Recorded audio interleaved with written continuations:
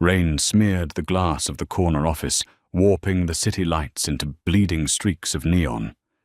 Louis didn't care about the view. He cared about the slight, almost imperceptible hitch in his assistant's breath when her phone buzzed. Corinne was meticulous, unflappable. But for 3 weeks, she'd been jumping at shadows, hiding bruised wrists under cheap silk blouses. Tonight, her ex-boyfriend made the fatal mistake of cornering her in the lobby. He thought she was alone. She wasn't. Tension in the Butler syndicate rarely announced itself with gunfire. It usually started with silence. Louis Butler sat behind a desk of reclaimed mahogany, a fortress of a man in a perfectly tailored charcoal suit, watching the woman across the room. Corinne Harris. For 2 years, she had been the only indispensable moving part in his entire operation. She managed his legitimate shell corporations, filtered his encrypted communications, and remembered that he took his coffee, black poured only after the water had cooled for exactly 40 seconds. She was brilliant, she was quiet, and this morning she was lying to him.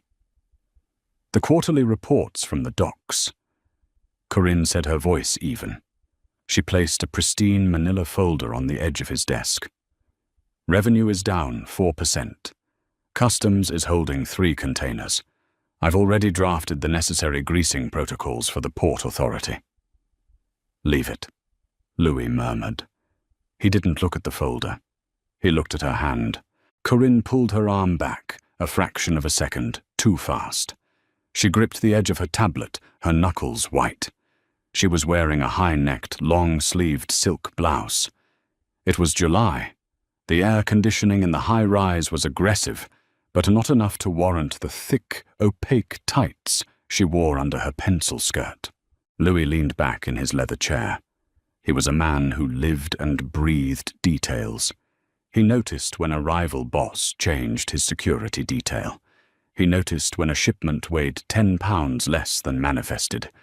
And he noticed that Corinne, who usually wore barely there tinted moisturizer, had spackled high-coverage matte concealer over her left jawline. The color match was close, but the office lighting was unforgiving, and the slight yellowish ring bleeding through the makeup was unmistakable, a bruise in its final fading stages. "You're late," Louis said. It wasn't an accusation. It was a tactical probe. Corinne was never late. In 24 months, she had beaten him to the office 730 times. Today she had arrived 12 minutes after him. Corinne swallowed. The tendon in her neck jumped. "Traffic on the bridge. An accident. I apologize, Mr. Butler. It won't happen again. Traffic."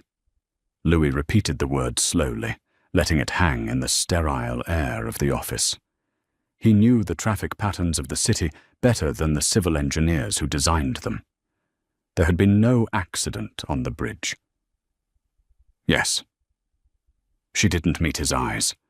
That was the second tell. Corinne stared down hardened union bosses and corrupt city aldermen on a weekly basis without blinking. Now she was staring at the carpet. "Look at me, Corinne." The command was soft. Louis never yelled. Volume was for men who lacked authority. She raised her chin. Her eyes, usually sharp and clear, were glassed over with a bone-deep exhaustion. Shadows clung to the skin beneath her lower lashes. She looked like a woman treading water in a storm, moments away from letting the current take her. "Are you sleeping?" he asked. "Perfectly fine. Your typing speed is down. You usually average 90 words a minute. Today I could hear the hesitation between the keystrokes. You dropped a coffee stirrer in the break room and flinched as if a gun went off." Louis leaned forward, resting his forearms on the desk. "Who is he?" Corinne froze. The professional mask she wore, the one that made her the perfect, unreadable assistant, shattered for a microscopic second. Pure, unadulterated panic flashed across her face. "I don't know what you're talking about," she whispered. "A woman doesn't wear a turtleneck in 90-degree weather unless she's hiding a hickey or a handprint." Louis said, his voice dropping an octave, flattening into something cold and dangerous. And given the way you favor your left ribs when you reach for a file, I'm guessing it's not a hickey. So I will ask you one more time. Who is he? Corinne took a step backward. It was an instinctual retreat. It's personal. It doesn't affect my work. You were 12 minutes late. It affects your work. I handled it. She snapped, a sudden flare of desperate anger breaking through her terror. She pressed her lips together instantly, regretting the outburst. I handled it, Louis. Please. Just let it go. She had used his first name. She only did that when the building was literally on fire or when the police were at the front doors. Louis stared at her for a long, heavy moment. He saw the frantic pulse beating at the base of her throat. He saw the rigid set of her shoulders. She was terrified, not of him, of whatever was waiting for her outside this building. He felt a slow, dark pressure building in his chest, a territorial violence he usually reserved for his worst enemies. Corinne was his. Not in a romantic sense, at least he had never allowed himself to entertain the thought, but she belonged to his world. She was under his roof, his protection. Someone had put their hands on his property. Someone had made his assistant flinch. Fine, Louis said smoothly. He picked up a silver pen and turned his attention to the manila folder. If you've handled it, we'll leave it. Get me the mayor's chief of staff on the line. Corinne exhaled a shaky, relieved breath. Right away. She turned and walked out of the office, closing the heavy oak door behind her. Louis waited exactly 5 seconds. He put the pen down. He picked up his secure cell phone and dialed a number. Tommy, Louis said when the line connected. Corinne Harris. I want to know where she goes, who she talks to, and who she lives with. Pull her apartment's security feeds. Tap her personal cell. You think she's a rat, boss? Tommy asked, his voice rough with suspicion. No, Louis said, looking at the spot on the carpet where Corinne had just been standing. I think someone is hunting her. Find out who. And Tommy, put a detail on her. If anyone gets within 10 feet of her without her permission, break their legs. He hung up the phone. The office was quiet again, but the silence had changed. It was no longer peaceful.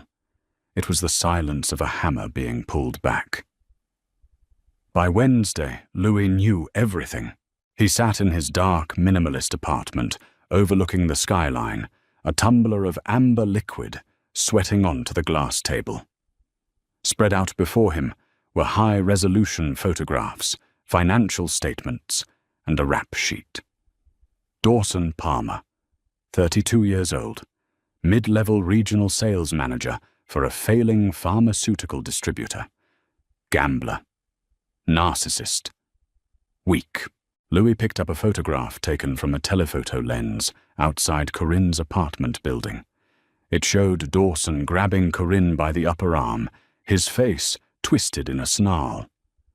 Corinne was looking away, her posture defensive, defeated. Louis's jaw tightened. The glass in his hand groaned under the pressure of his grip. Tommy had delivered the brief an hour ago. Dawson Palmer was a cliché, a man who lost at the poker tables and went home to win against a woman who was smaller than him. They had broken up 3 months ago. Corinne had moved out, changed her number, and tried to disappear into her work. But Palmer had tracked her down. He had been waiting outside her apartment, calling her office from blocked numbers, threatening to tell her conservative family back in Ohio that she was working for a known crime syndicate if she didn't pay off his debts. He was using Louis's reputation to blackmail Corinne. Louis took a slow sip of the whiskey. It tasted like ash. He could have Dawson Palmer killed. It would take one text message. The man would disappear into the foundation of a new high-rise in Queens, and Corinne would be free. But Corinne wasn't stupid. She would know. And despite the bruised ribs and the terror, Corinne wasn't a killer. She would carry the guilt of his murder. She would look at Louis and see a monster, not a savior. No. Death was too easy for Dawson Palmer, and it was too messy for Corinne. Louis needed to break the man systematically. He needed to make Dawson Palmer run. Thursday morning, the atmosphere in the office was suffocating. Corinne was pale. She had dropped a stack of shipping manifests twice. Her phone sat on her desk, face down, silent, but she kept casting terrified glances at it, as if it were a bomb, ticking down to 0. Louis watched her from his glass-walled office. He had a meeting with the heads of the 5 families in 3 hours. He was supposed to be reviewing territorial concessions. Instead, he was watching Corinne try to breathe.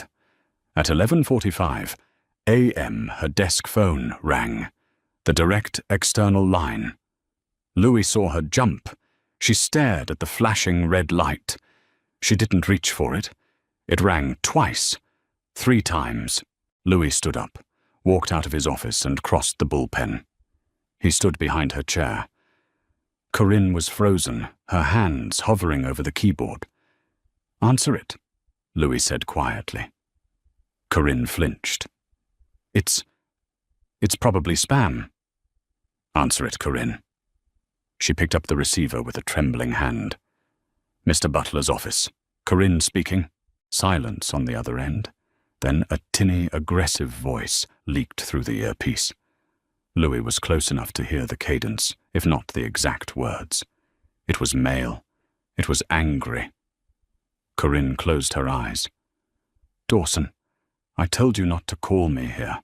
You think you can just ignore me, you stuck-up bitch." The voice was louder now, slurred, riding the edge of chemically induced confidence. "I need $5,000 by tonight, or I walk into that lobby and tell your Mafia Boss exactly what kind of corporate espionage you've been doing for me." It was a bluff, a pathetic, hollow bluff. Corinne hadn't leaked a single comma of Louis's business, but Dawson knew she was terrified of Louis. He was using her fear of the devil to extort her. Corinne's voice cracked. "I don't have it. I gave you everything I had last week. Please, Dawson, I'll lose my job." "I'm coming down there. 6 p.m. You better be in the parking garage with the cash, or I'm coming up to the top floor." The line clicked dead. Corinne slowly lowered the receiver. A tear slipped down her cheek, ruining the careful makeup she had applied over her bruises. She quickly wiped it away, sniffing hard. "I need to leave early today," she said to her monitor, not looking at Louis. "A personal matter." "No," Louis said. Corinne spun around in her chair, her eyes wide with desperation.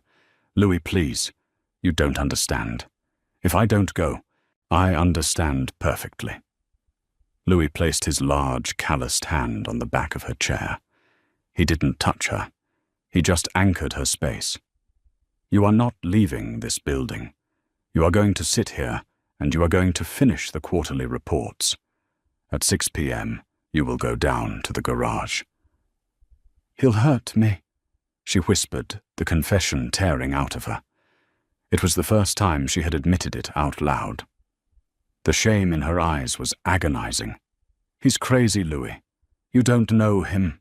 "I know exactly who he is," Louis said smoothly.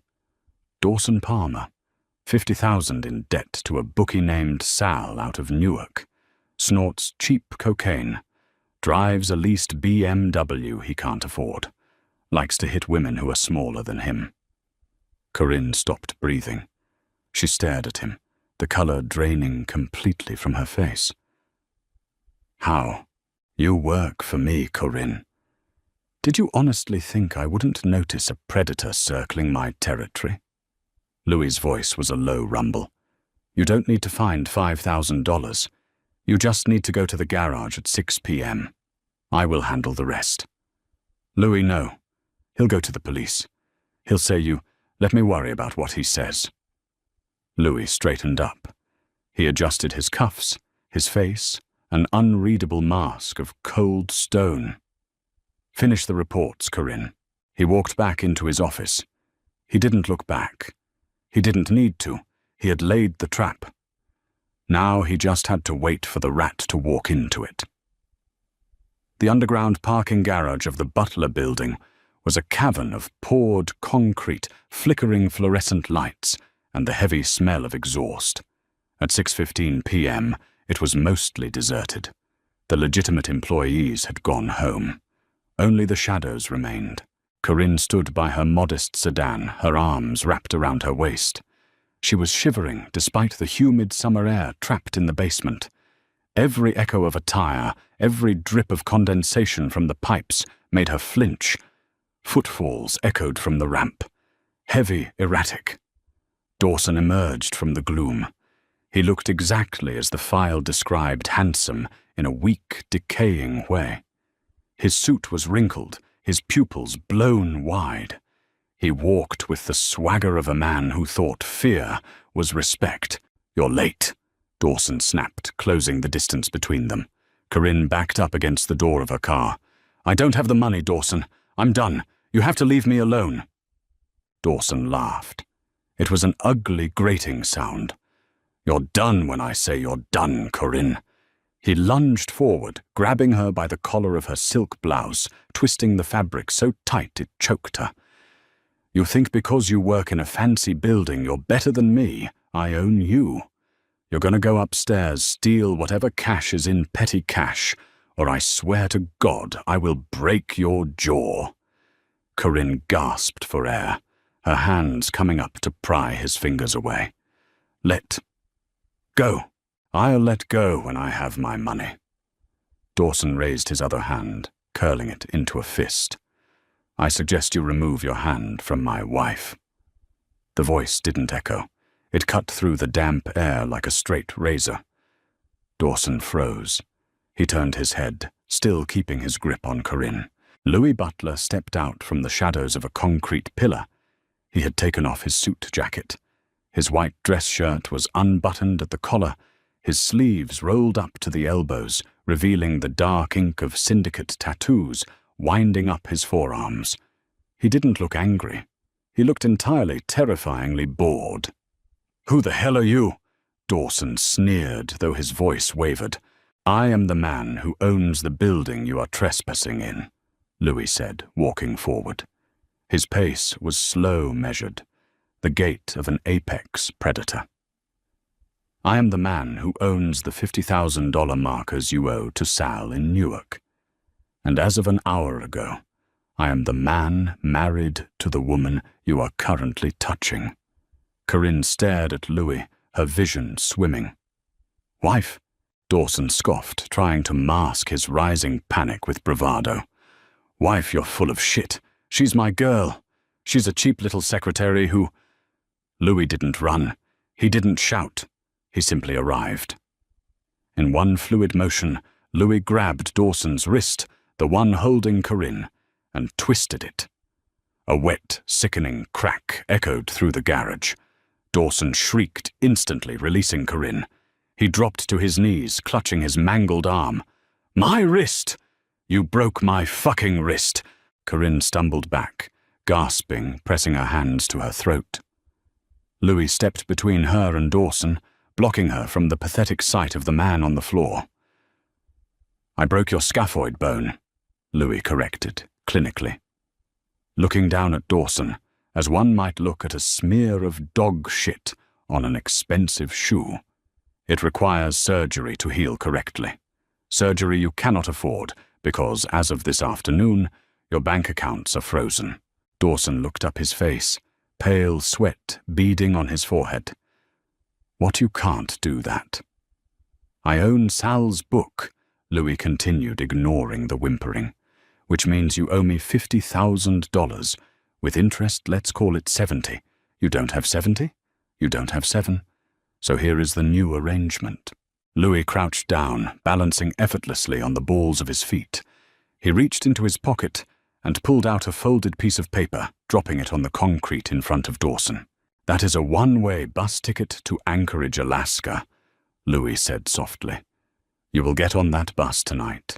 You will never contact Corinne again. You will never set foot in the tri-state area again. If you do, I won't break your wrist. I will feed you to the stray dogs in the junkyard down by the port. Nod if you understand. Dawson stared at the ticket, then at Louis's dead black eyes. He nodded frantically, cradling his broken arm against his chest. I understand. I'm going. I'm going. Good. Louis stood up. Get out of my sight before I change my mind. Dawson scrambled to his feet, crying openly now, and stumbled toward the exit ramp, leaving the ticket on the ground. He didn't look back. He ran until the sound of his ragged breathing faded into the hum of the city above. The garage fell silent again. Louis turned around. Corinne was still pressed against her car, shaking violently. The adrenaline was leaving her system, leaving behind a cold, crushing shock. Louis didn't crowd her. He stopped 3 feet away. He took a clean, pressed handkerchief from his pocket and held it out. Corinne stared at it, then up at his face. Wife, she stammered, her voice raspy. Why did you say that he needed to believe that his leverage was gone? Louis said smoothly, his tone returning to the calm, detached cadence of the boardroom. A man like Palmer only respects ownership. By claiming you as mine as family, I removed you from his playing field. He won't come back. The syndicate rules are absolute. You touch a boss's wife, you die. He knows that. Corinne took the handkerchief, clutching it in her trembling hands. You bought his debt. A minor expense. You broke his wrist. A minor exertion. Corinne let out a choked sound, a cross between a sob and a laugh. I don't know how to repay you. The 50,000, I can work overtime, I can... Corinne. Louis stepped closer, just an inch. You owe me nothing. You are the best assistant I have ever had. My business functions because you function. Consider it a bonus. He looked at the angry red marks blossoming on her neck where Dawson had twisted the silk. The cold, logical part of Louis's brain told him to step back, to keep the professional distance he had maintained for 2 years. But the darker, obsessive part, the part that had watched her for months, memorizing her habits, protecting her from the shadows, refused to yield. Slowly giving her every opportunity to pull away, Louis reached out. His large, rough hand brushed against her collarbone. His thumb gently traced the edge of the bruised skin. Corinne froze, her breath catching. She didn't pull away. She looked up at him, her eyes wide, searching his face. You're safe now. Louis murmured, his voice dropping into a dark, intimate register that sent a shiver down her spine that had nothing to do with fear. He is gone. You will go home. You will sleep. And tomorrow, you will come to work, and you will never wear a turtleneck in July again. He dropped his hand. He turned and began walking back toward the private elevator. Louis! Corinne called out, her voice echoing slightly in the vast space. He stopped, glancing over his shoulder. Thank you, she whispered. Louis didn't smile. He simply gave a single, tight nod. I'll see you tomorrow, Mrs. Butler. The elevator doors opened, swallowing him whole, leaving Corinne alone in the quiet, safe dark. Part 4. The Lie We Live. Gossip in the Butler Syndicate moved faster than wired money. By Friday morning, the word wife had metastasized from the damp basement garage to the upper echelons of the organization. Corinne felt the weight of it the moment she stepped out of the private elevator. The security guards didn't just nod, they stood straighter, their hands resting closer to their shoulder holsters. The underbosses, waiting in the expansive lobby, lowered their eyes, abruptly stopping their hushed conversations. She was no longer just the gatekeeper who managed the boss's schedule. She was the queen on the board. Louis didn't explain it to his lieutenants. He didn't retract the statement. He simply let the lie harden into concrete. Corinne confronted him at precisely 10 in the morning.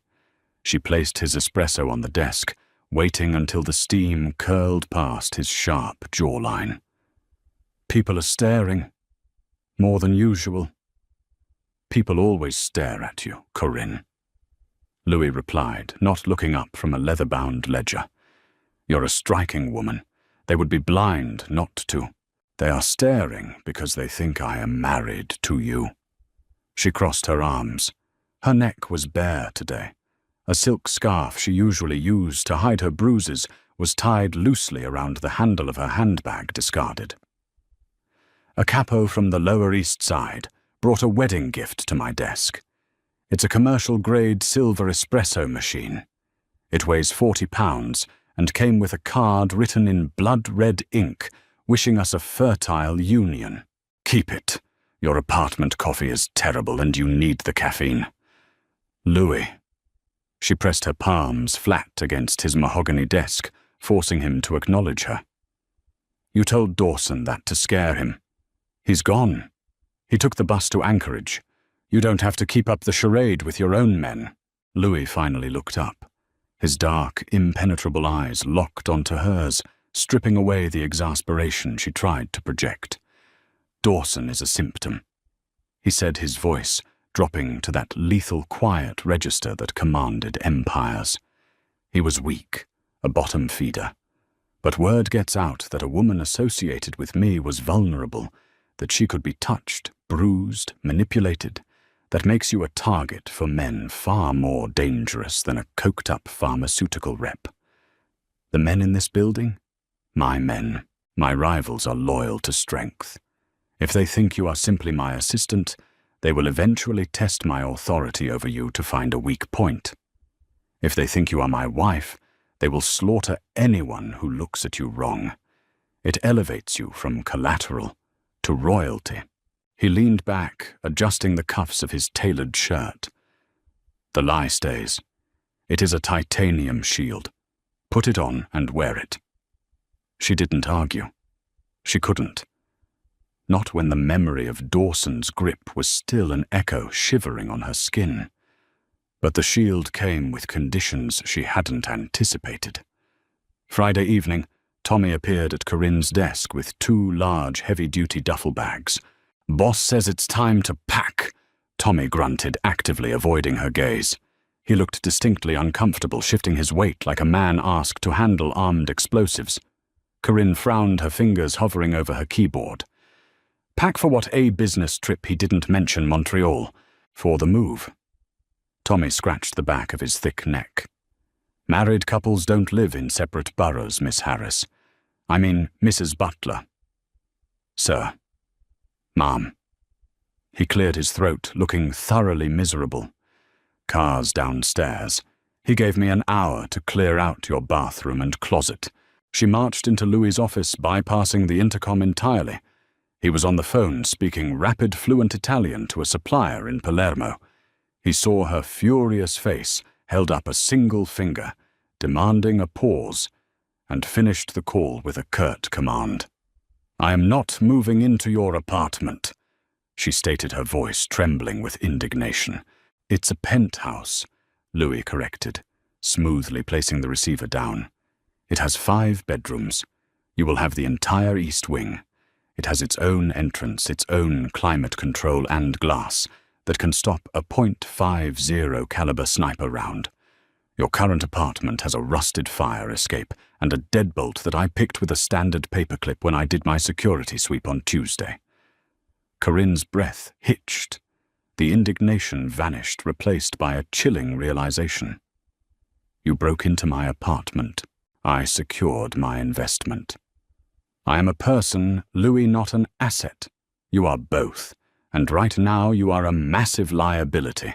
If you are sitting alone in a studio apartment in Brooklyn, while the entire 5 boroughs thinks you share my bed and my secrets." He stood up, towering over her. The spatial dominance wasn't a threat. It was a heavy, suffocating blanket. "Bring your clothes. Bring your books. I don't care about the cheap IKEA furniture. We leave in 10 minutes. Tommy will burn the rest." The penthouse was a monument to cold, aggressive wealth.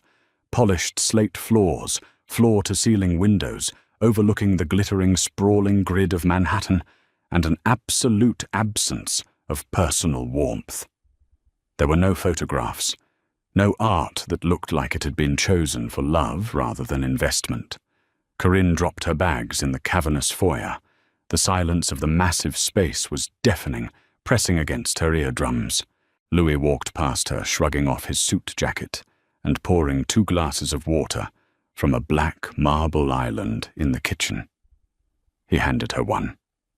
Their fingers brushed. A sharp, static shock snapped between them, loud in the quiet room. "Your room is down the hall. Last door on the right," he said, his voice slightly tighter than usual, his eyes lingering on the spot where their skin had connected. Corinne took a sip of the water. It was ice cold, grounding her. "How long does this last, Louis? This marriage?" Louis looked out at the city. The neon lights reflected in his eyes, making them look like fractured obsidian. "Until I say it's over." He walked away, retreating to his own wing, leaving her in the center of his fortress. Corinne realized then, with a slow, creeping certainty that settled deep in her marrow, that Dawson Palmer had never been her true cage. Dawson was just a rat in the walls. She had traded him for a dragon. And the terrifying, unspoken truth was, she didn't want the dragon to let her go. Part 5. Silk and Kevlar. 4 excruciating weeks passed in a state of suspended animation. They lived like ghosts, haunting the same sprawling mausoleum. Corinne brewed his coffee in the morning, leaving it exactly 40 seconds to cool. They rode in the armored SUV in heavy silence, separated by the leather armrest. They worked side by side for 12 hours a day, ruthlessly destroying rival supply chains and laundering millions through legitimate shell logistics companies, only to return to the penthouse and retreat to their separate soundproofed wings. But the physical proximity was doing terrible, corrosive things to Louis's legendary restraint. He smelled the ghost of her vanilla and bergamot shampoo lingering in the hallway hours after she left for work. He saw the damp, delicate imprints of her bare feet on the slate tile near the indoor pool on Sunday mornings. He heard the soft, rhythmic sound of her turning pages in a paperback thriller late at night when the city below was quiet. He was a man accustomed to taking exactly what he wanted, conquering territories through sheer force of will, and yet he was deliberately starving himself mere inches from a feast. The breaking point arrived in the form of a heavy gold-embossed envelope, the annual Castellano Charity Gala, a mandated gathering of the Northeastern syndicates, thinly veiled as a philanthropic fundraiser for an orphanage no one cared about. It was neutral ground, highly scrutinized, heavily armed, and absolutely mandatory for bosses. Louis found Corinne in the kitchen on a Tuesday night. She was wearing an oversized grey cashmere sweater that fell off one shoulder, her reading glasses slipping down her nose as she reviewed a quarterly projection report on her tablet. She looked soft, accessible. It made his jaw clench. Thursday night. The Castellano Gala, Louis said, dropping the heavy invitation onto the marble counter with a sharp clack. "We're going." Corinne looked at the card, pushing her glasses up. "I'll coordinate your schedule. Do you need Tommy to drive the decoy car?" "No." Louis placed both hands on the marble counter, leaning his imposing frame into her space. He trapped her between his arms, though he didn't touch her. "I need you to wear a ring." Corinne froze. The tablet slipped from her fingers, clattering softly against the counter. She stared up at him. "What?" Louis reached into his tailored slacks and produced a small, worn velvet box. He didn't open it. He slid it across the marble until it bumped gently against her ceramic coffee mug. "If you show up to a syndicate gala on my arm without a ring, it insults the intelligence of every boss in that ballroom. They will think I am keeping a mistress and calling her a wife just to protect her from collateral damage. A mistress is fair game for their disrespect. A wife is untouchable. You need to look untouchable." Corinne stared at the black box. Her heart hammered wildly against her ribs, a frantic bird trapped in a cage of bone. She reached out with trembling, hesitant fingers and flipped the lid. It was a flawless emerald-cut diamond, 3 carats at least, flanked by tapered baguettes set in heavy platinum. Cold. Heavy. Utterly perfect. It wasn't gaudy. It was a statement of undisputed ownership and lethal wealth. "Put it on," Louis murmured, his eyes tracking the pulse beating rapidly at the base of her throat. She slipped it onto her left ring finger. It slid over her knuckle smoothly. It fit perfectly. He hadn't asked her ring size. He had noticed. Of course he had. "Thursday." Louis repeated, his eyes dropping to her parted lips for a fraction of a second, before he pushed off the counter and retreated from the kitchen, leaving all the oxygen sucked out of the room. Thursday night, the penthouse felt like a war room preparing for a siege. Corinne stood in front of the floor-to-ceiling mirror in her bedroom suite. She had chosen a backless midnight blue silk gown that poured over her body like water. It clung to her curves, severe and elegant, offering no apologies.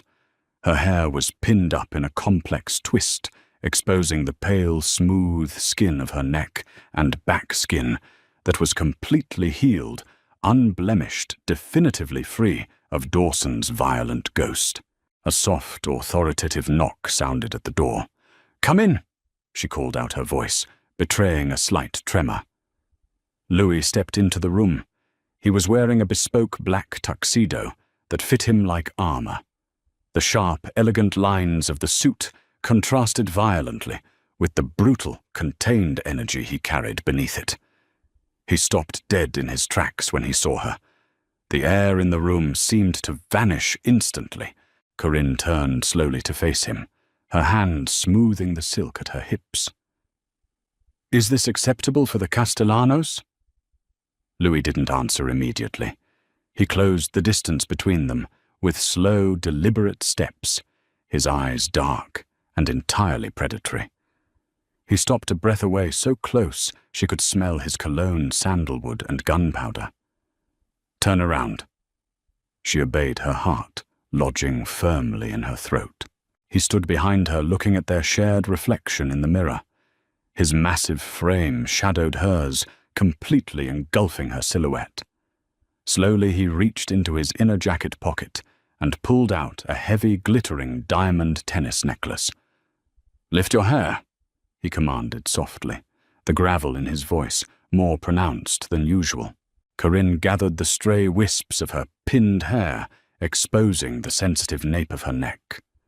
Louis's warm, calloused fingers brushed against her skin as he draped the freezing cold diamonds around her throat. A violent shiver racked her frame. He noticed. He always noticed everything about her. He fastened the intricate clasp, but he didn't pull his hands away. He rested his heavy palms on her bare shoulders, his thumbs slowly stroking the delicate ridge of her collarbone. The contrast of his dark, tattooed skin against her pale perfection was stark in the mirror. "You look—" Louis started his voice, thick, struggling against the leash he kept on his own desires. He stopped, swallowing hard. "You look exactly like what you are." "And what is that?" Corinne whispered to his reflection, her eyes dilated, locked onto his dark gaze in the glass. "Mine." The word wasn't a corporate designation. It wasn't a protective lie constructed for the syndicate's benefit. It was a raw, primal confession of absolute truth. Louis's hands slid down her bare arms, his touch leaving a trail of fire until they rested firmly on her waist. He pulled her backward, flush against his chest. Corinne gasped softly, her eyes fluttering shut as the solid, immovable wall of his body aligned perfectly with hers. She could feel the steady, heavy beat of his heart through the layers of her silk and his wool. "Louis," she breathed, leaning her head back against his shoulder. "Tonight," he whispered, lowering his head until his lips brushed the delicate shell of her ear, sending another wave of heat straight to her core. "You are going to walk into a room full of wolves. They are going to look at you. They are going to want you because you belong to me. And you are going to look only at me. Do you understand?" "Yes," she said, leaning back further into his heat, surrendering entirely to the gravitational pull of him. "Good." He kissed the sensitive skin just below her earlobe, a searing, branding touch that made her knees instantly weak. "Let's go show them exactly who you belong to." Chandeliers hung like frozen tears from the vaulted ceiling of the plaza ballroom, casting fractured light over a sea of tailored velvet and ruthless ambition. The Castellano Charity Gala was less a fundraiser and more a heavily armed networking event. Every man in the room was a killer, every woman on their arms an accomplice. Corinne felt the shift in atmospheric pressure the second she and Louis stepped past the gilded double doors. Conversations didn't stop, but they muted. Eyes tracked them, calculating, assessing, weighing the validity of the rumors that had torn through the underworld. Louis didn't alter his stride. He moved through the crowd like an icebreaker, navigating a frozen sea, charting a direct course for the center of the room. He kept his hand firmly on the bare, lower curve of Corinne's spine. The heat of his palm seared through her skin, a constant grounding anchor in a room full of sharks. "Smile, Corinne." Louis murmured, his lips barely moving, as he nodded to a captain from the Genovese outfit. "You look like you're walking to the gallows." "I'm calculating the combined prison sentences in this room," she whispered back, keeping her expression perfectly serene, offering a polite, empty smile to a passing waiter. "It's distracting." A low rumble of genuine amusement vibrated in Louis's chest. He pulled her a fraction of an inch closer. They ran the gauntlet for an hour. Corinne played her part with terrifying efficiency. She remembered the names of wives, the ages of grandchildren, and the exact offshore accounts holding the assets of the men who came to kiss Louis's ring. She wasn't just a beautiful distraction. She was a terrifyingly competent partner. She watched the realization dawn in the eyes of Louis's lieutenants. They had respected her as an assistant. But as a wife, she was a strategic nightmare for their enemies. Then the crowd parted for Damien Costa. Damien was the head of the rival Costa syndicate, controlling the lucrative port smuggling routes that Louis had been slowly choking out for 18 months. He was 10 years older than Louis, with silver threading his dark hair and a charming, practiced smile that didn't quite reach his dead reptilian eyes. "Louis," Damien said, extending a hand adorned with a heavy gold signet ring, "I was beginning to think the rumors were just your men spinning fairy tales. You actually settled down." Louis shook the hand briefly, his grip a fraction tighter than polite. "Damien, I see you're still wearing last year's tailoring." Damien chuckled a dry, humorless sound and turned his predatory gaze to Corinne. His eyes dropped to the 3-carat diamond on her left hand, then trailed slowly, insolently, up the plunging neckline of her silk gown. It was a deliberate, calculated insult, a test to see how tight Louis's leash really was. "And this must be the lovely bride," Damien purred, stepping too close. "Corinne, isn't it? I understand you used to fetch his coffee. Quite a promotion." Louis's hand on Corinne's spine turned to iron. The air around them dropped 10 degrees. Corinne could feel the violence radiating off Louis in waves, a coiled spring seconds away from snapping Damien's neck in front of 300 witnesses. She didn't wait for Louis to start a war. Corinne smiled. It was a perfectly executed, chilling replication of Louis's own boardroom smirk. "I still manage his liquid assets, Mr. Costa," Corinne said, her voice smooth and carrying perfectly over the hum of the ballroom. "Which is why I found it so fascinating that your import revenues from the Brooklyn docks dropped 22% last quarter. It seems your customs agents are experiencing a sudden lapse in loyalty." The silence that fell over their small circle was absolute. Damien's charming smile fractured his eyes, snapping to hers with sudden venomous clarity. She had just publicly humiliated him, using classified financial intel that a mere coffee girl would never possess. She wasn't just wearing Louis's ring, she was wielding his power. "My business is perfectly fine, Mrs. Butler," Damien said, his voice a dangerous hiss. "I'm glad to hear it," Corinne replied sweetly. "Because replacing those intercepted shipments of counterfeit pharmaceuticals must be terribly expensive. Enjoy the champagne. I believe it's domestic."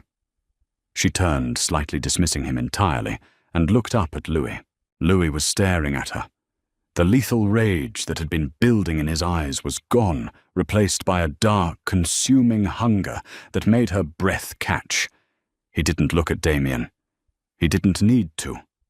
Corinne had gutted the man without spilling a drop of blood. "Excuse us, Damien," Louis said softly, his eyes never leaving Corinne's. "My wife requires my attention." He didn't wait for a response. Louis guided her away from the sputtering syndicate boss, weaving through the crowd, until they reached a secluded alcove near the velvet-draped balcony doors. He backed her into the heavy fabric shielding her from the room. "You," Louis breathed, resting his forearms against the wall on either side of her head, caging her in, "are a menace." "He insulted you," Corinne said, her heart hammering a frantic rhythm against her ribs. The adrenaline was a narcotic in her veins, making her bold. "I don't tolerate disrespect toward my employer. I am not your employer tonight," Louis corrected his voice, dropping into that dark, intimate register that ruined her sleep. He leaned in his nose, brushing the side of her neck, inhaling deeply. "And you didn't do that for the Butler Syndicate. You did it because you know exactly how to use the weapons I give you." Corinne swallowed hard, closing her eyes, as his warm breath ghosted over her collarbone. "Is that a problem?" "The only problem, Corinne," he murmured, his lips tracing the jawline where Dawson's bruise had once bloomed, "is that we are currently in a public venue, and there are 300 people stopping me from showing you exactly how proud I am." Adrenaline leaves a metallic taste in the mouth. It also strips away the polite fictions people use to survive their daily lives. The ride back to the penthouse in the armored SUV was suffocating. The glass partition separating them from Tommy was firmly raised. The silence wasn't the cold professional distance they had maintained for a month. It was heavy-charged and volatile. The air crackled with the unsaid. Corinne stared out the tinted window at the blurring city lights, hyper-aware of the space between them on the leather seat. It was exactly 6 inches. It felt like a canyon. It felt like nothing at all. When the private elevator doors opened into the penthouse, the quiet of the massive apartment hit them like a physical blow. Corinne dropped her small clutch on the console table. She suddenly felt exhausted, the immense weight of the performance crashing down on her shoulders. She reached up her fingers, fumbling with the intricate platinum clasp of the diamond tennis necklace at the nape of her neck. Her hands were shaking slightly. The metal mechanism refused to yield. "Let me," Louis said.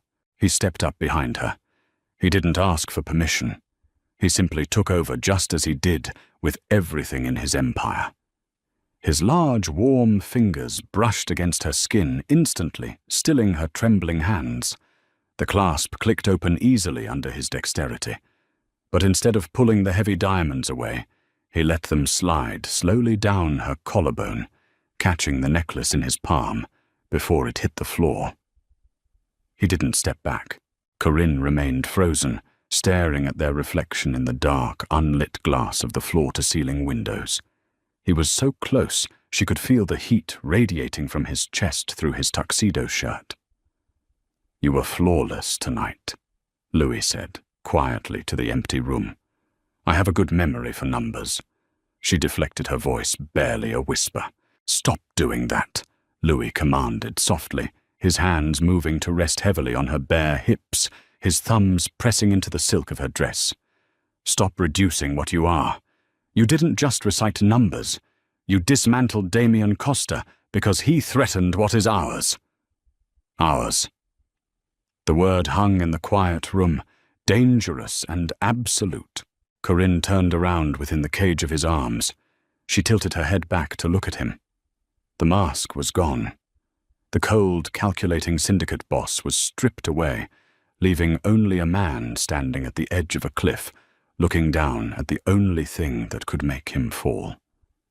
"It's a lie, Louis," Corinne whispered desperately, trying to hold on to reality. "It's a shield. You said it yourself. I'm just wearing the armor you bought me. Is that what you think?" His jaw clenched, a muscle feathering furiously in his cheek. "You think I moved you into my home, gave you my name, and put 3 carats on your finger just to scare away a pathetic junkie like Palmer? Yes. Then you are the smartest woman I know, and simultaneously the most blind."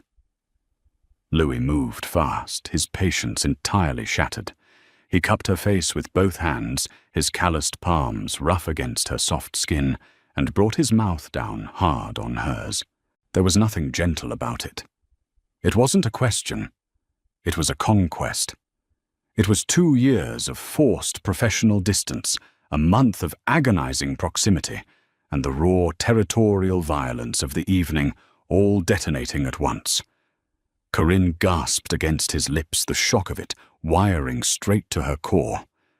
For a fraction of a second, her brain tried to compute the logistical impossibility of kissing her boss. Then she stopped thinking entirely. She answered the kiss with a desperation that matched his own. Her hands tangled in the lapels of his tuxedo, pulling his massive frame closer, erasing the remaining space between them. She tasted the expensive bourbon he had been drinking, mixed with the dark, addictive essence that was entirely him. Louis groaned a low, guttural sound of surrender. He backed her up his hands, dropping from her face to grip her waist, lifting her effortlessly until her back hit the cool plaster of the hallway wall. Her legs wrapped around his waist, purely on instinct.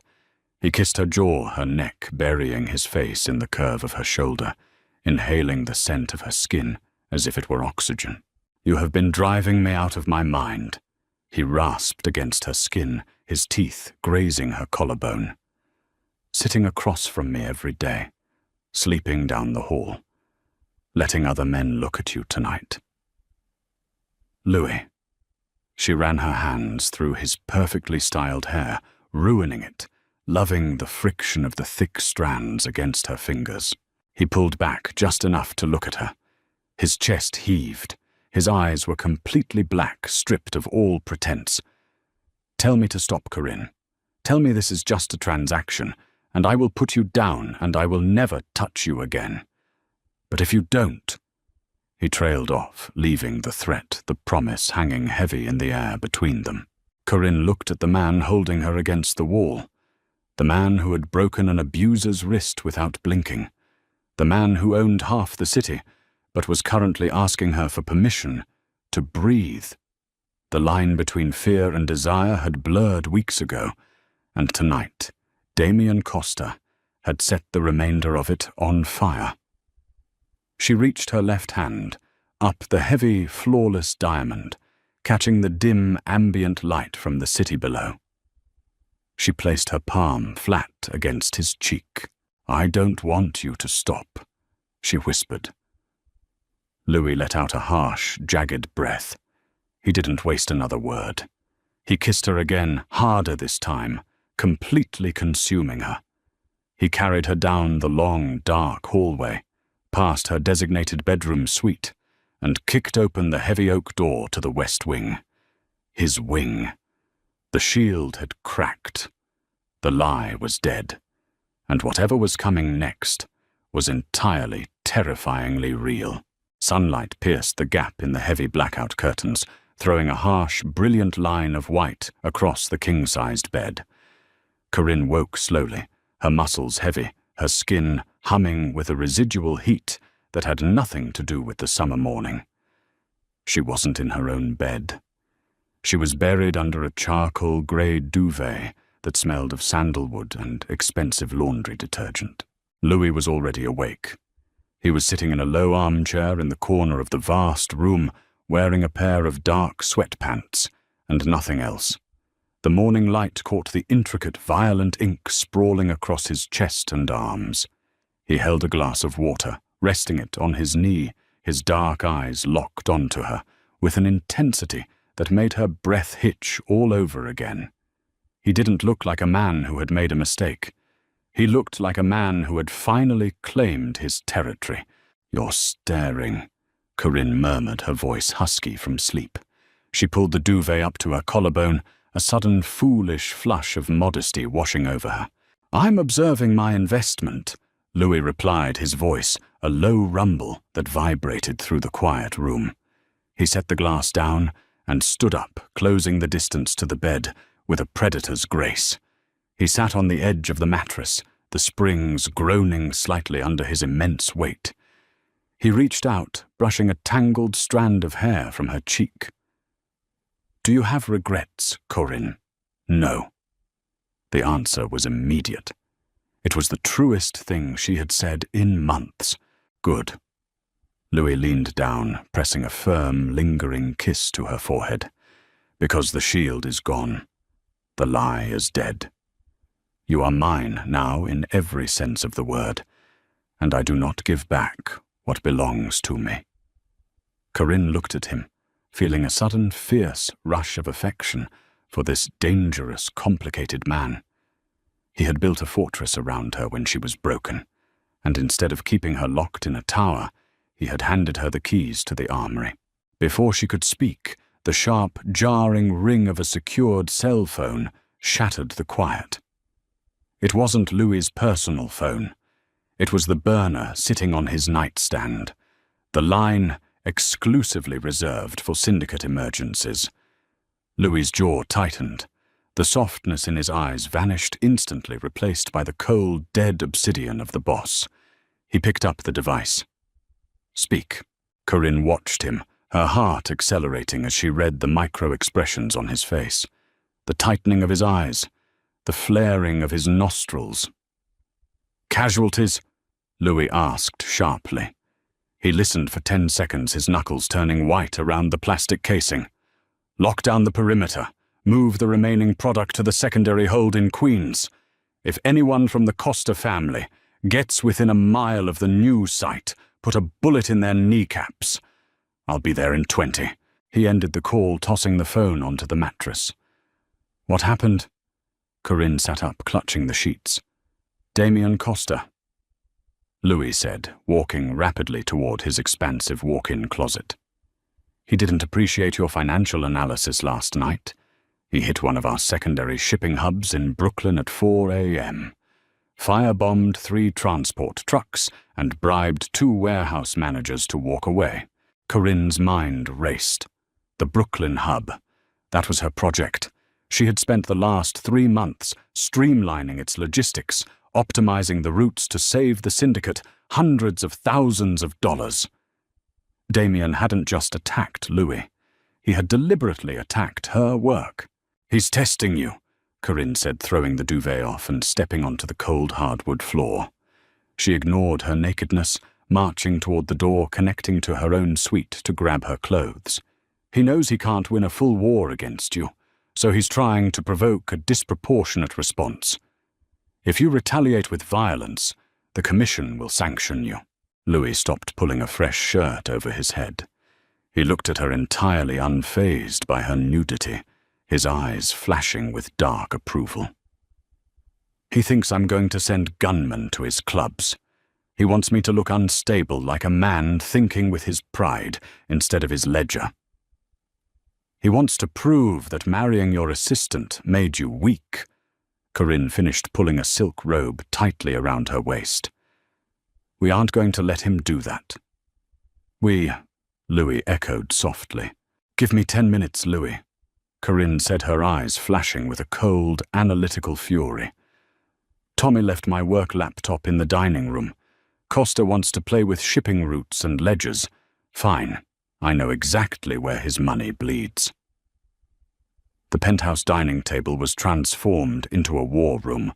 Louis stood behind Corinne's chair, his hands resting heavily on her shoulders, anchoring her as her fingers flew across the keyboard.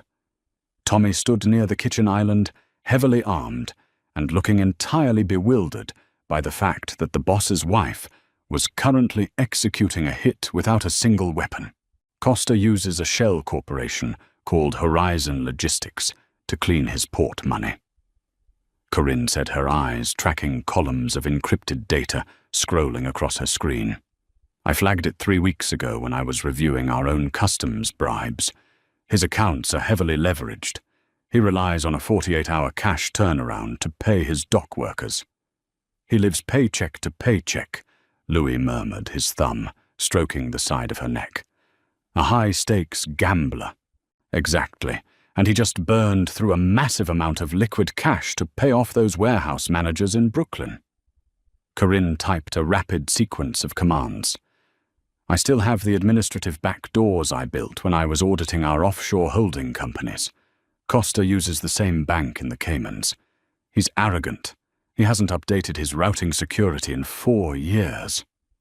Tommy leaned forward, squinting at the screen. What are you doing, Mrs. Butler? I am locking him out, Corinne said flatly.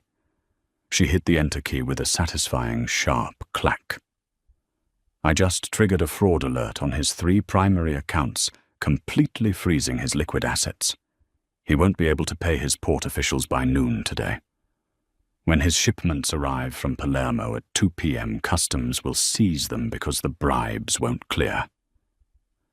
Louis let out a low, dark laugh. It was a terrifying sound. You're starving him out. By 5 p.m., his own men will be demanding their wages. Corinne continued, turning her chair slightly to look up at Louis. He won't be able to pay them. An unfunded boss is a dead boss. He'll be forced to come to you for a loan to save his life. Louis stared down at the woman in his silk robe, her hair messy, her eyes burning with a brilliant, ruthless intellect. She had dismantled a rival syndicate boss before finishing her first cup of coffee. He had thought he was protecting her from the world. He realized now he had simply been waiting for her to conquer it beside him. Tommy, Louis said, not taking his eyes off Corinne. Yeah, boss. Call Damien Costa. Tell him I expect him in my office at 3 p.m. Tell him to bring his checkbook, though it won't do him much good. Right away. Tommy practically jogged out of the room, eager to deliver the final blow. The heavy penthouse doors clicked shut, leaving them alone. The frantic energy of the morning settled, leaving behind a thick, charged silence. Louis reached down, gripping the armrests of Corinne's chair. He spun her around completely, pulling her forward until her knees bracketed his hips. He leaned down, his face inches from hers. You are terrifying, Louis whispered, his voice rough with absolute devotion. I learned from the worst. Corinne shot back, a faint smile playing on her lips. She reached up her fingers, tracing the sharp line of his jaw. Dawson used to tell me I was nothing without him. That I was weak. Louis's expression darkened at the mention of the name, but Corinne didn't flinch. He was wrong, she said quietly. I wasn't weak. I was just in the wrong cage. You aren't in a cage anymore, Corinne. Louis said, his hands sliding under the silk robe, his warm palms resting flat against her bare waist. This city is yours. This syndicate is yours. I am yours." He didn't wait for her to agree. He kissed her deeply and completely, sealing the promise into her skin. She kissed him back, the heavy platinum and diamond ring cold against his neck, a permanent reminder of the power they wielded together. Later that afternoon, Damien Costa sat in Louis's office, sweating through his expensive suit, begging for a loan to stop his own lieutenants from turning on him. Louis sat behind his mahogany desk, his face carved from stone, and dictated the terms of Costa's absolute surrender. Corinne sat in the leather armchair in the corner of the room, her legs crossed, a tablet resting on her knee. She wore a pristine, sharp white suit. No high-necked blouses. No concealer. Just flawless, untouchable armor. When Costa finally signed the territorial concessions over to the Butler family, his hands were shaking. He didn't look at Louis. He looked at Corinne. He finally understood the fatal error he had made. He had insulted a king, but he had gone to war with a queen. Louis watched Costa scurry out of the office, broken and humiliated. Then he looked across the room at his wife. "The quarterly reports, Mrs. Butler," Louis said smoothly, a rare, genuine smile tugging at the corner of his mouth. "Revenue is looking up." Corinne set her tablet down and stood up, walking slowly toward his desk. "I drafted the greasing protocols for the new port authority, Mr. Butler. I believe we'll have a very profitable year." "I have no doubt," Louis murmured, pulling her by the hand around the desk right into his lap. He buried his face in her neck, breathing in the scent of vanilla and bergamot, the only peace he had ever known in a life built on violence. The shadows of her past were gone, burned to ash by a man who refused to let her hide. She wasn't just surviving anymore. She was reigning. If you loved this intense, high-stakes mafia romance, don't keep it to yourself. Smash that like button to show your support and share this story with anyone who loves a fiercely protective hero and a brilliant, unstoppable heroine. We bring you gripping, deeply human dramas every single week, so make sure you hit subscribe and turn on notifications so you never miss a chapter. Drop a comment below, telling us what you thought of Corinne's ultimate revenge on Costa.